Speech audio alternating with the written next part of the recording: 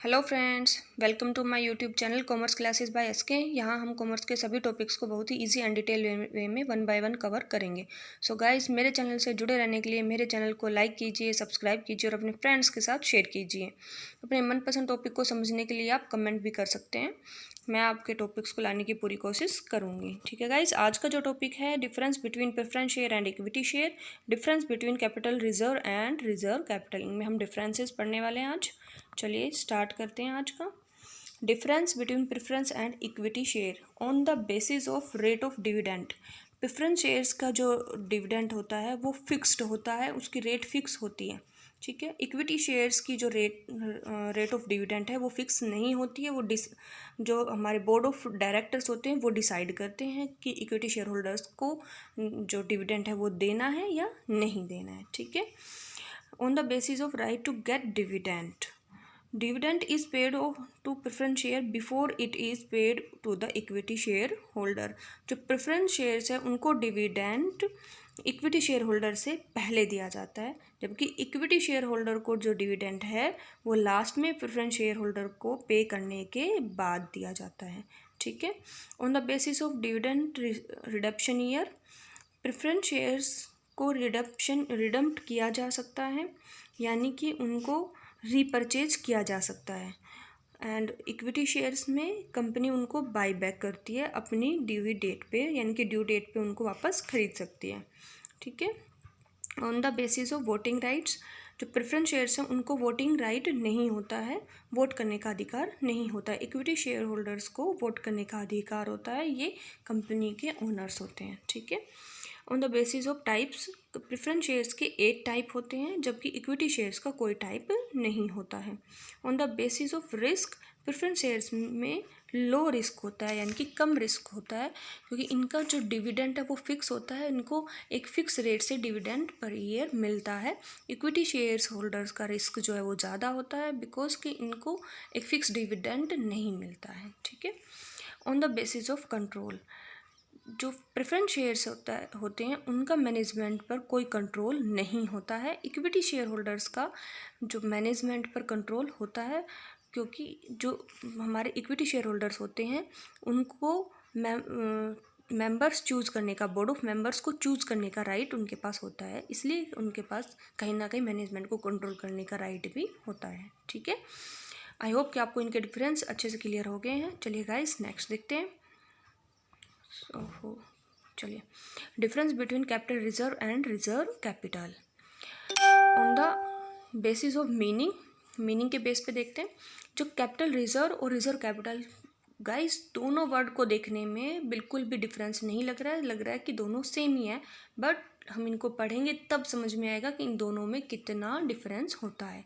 ठीक है, on the basis of meaning में देखिए, रिजर्व कैपिटल के बारे में क्या बताया है। The profit earn by the company through special transaction, कि कंपनी जो प्रॉफिट अर्न करती है स्पेशल ट्रांजैक्शंस के से, that is not available for distributing dividend to share holder is known as capital reserve. और इस प्रॉफिट को जो है हम डिविडेंड के रूप में शेयर होल्डर्स में नहीं बांटते हैं, इसको कैपिटल रिजर्व इसने बताया है।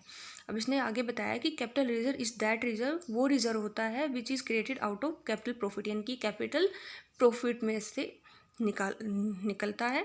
और कैपिटल प्रॉफिट कौन कौन से होते हैं वो बताया हमें। सेल ऑफ फिक्स एसेट्स, यानी कि फिक्स एसेट्स को बेचने से जो प्रॉफिट आएगा, फिक्स एसेट्स को रीवैल्यू करने से जो प्रॉफिट मिलेगा, या हमने कोई शेयर या डिबेंचर्स को प्रीमियम पर इश्यू किया है तो वहाँ से कोई प्रॉफिट जो आया है, या फिर डिबेंचर्स को रिडम्पशन किया है तो उससे कोई प्रॉफिट आया। ये सारे प्रॉफिट्स का कहलाते हैं कैपिटल प्रॉफिट के नेचर के प्रॉफिट्स होते हैं, और इनसे ही हमारा कैपिटल रिजर्व बनता है। ठीक है, फिर आता है रिजर्व कैपिटल।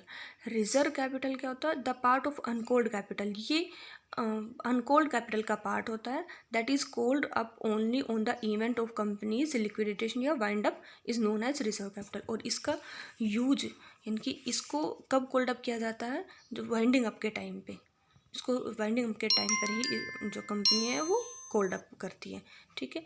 यानी कि ऑथराइज कैपिटल, जब हम कंपनी 100% शेयर में से कुछ शेयर इशू कर देती है मान ली 60% कंपनी ने शेयर इशू कर दिए और 40% उसने भी इशू नहीं किए, उनके लिए एप्लीकेशन नहीं मंगवाया, वो अनकॉल्ड रखे हैं, तो वो क्या कहलाते हैं, हमारे रिजर्व कैपिटल में चले जाते हैं और उनको कंपनी वाइंडिंग अप के टाइम पर ही जो है यूज़ करती है, कॉल्ड अप करती है, मंगवाती है।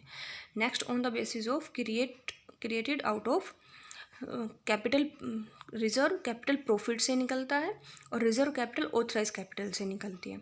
On the basis of disclosure, जो कैपिटल रिजर्व है वो बैलेंस शीट के अंदर इक्विटी एंड लायबिलिटी साइड में रिजर्व एंड सरप्लस हेड के अंडर में लिखा जाता है।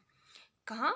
बैलेंस शीट के अंदर इक्विटी एंड लायबिलिटी साइड में और रिजर्व एंड सरप्लस हेड के अंडर में लिखा जाता है। जो रिजर्व कैपिटल है उसको कंपनी अपनी बैलेंस शीट में शो नहीं करती है, ठीक है। On the basis of need of creation, जो कैपिटल रिजर्व है वो मैंडेटरी होता है और रिजर्व कैपिटल जो है वो वॉलेंट्री होता है, ठीक है। On the basis of time when it can be used, capital reserve को कैपिटल लॉसेस को रिटर्न ऑफ करने के लिए या फिर कंपनी कोई बोनस शेयर डिक्लेयर करती है उस टाइम पर यूज किया जाता है, ठीक है। कंपनी अपनी लाइफ में कभी भी यदि बोनस शेयर देती है या उसको कोई प्रॉफिट कैपिटल लॉस होता है तो उनको पे करने के लिए इसका यूज करते हैं। और रिजर्व कैपिटल केवल वाइंडिंग अप के टाइम पर ही यूज की जाती हैं, ठीक है। On the basis of utilisation कब होता है? जो हमारा कैपिटल रिजर्व है उसको फिक्सिशियस असेट्स को रिटर्न ऑफ करने के लिए या कैपिटल लॉस को पूरा करने के लिए करती है इसका यूटिलाइजेशन। और रिजर्व कैपिटल का यूटिलाइजेशन क्या है? लो रिस्क को कम करने के लिए।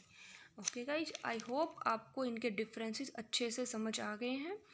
चलिए नेक्स्ट मिलते हैं नेक्स्ट टॉपिक में। जो नेक्स्ट टॉपिक है हमारा वह इशू ऑफ शेयर्स, ठीक है। तब तक के लिए पढ़ते रहिए, बढ़ते रहिए। मेरी वीडियो को सब्सक्राइब कीजिए, लाइक कीजिए, अपने फ्रेंड्स के साथ शेयर कीजिए।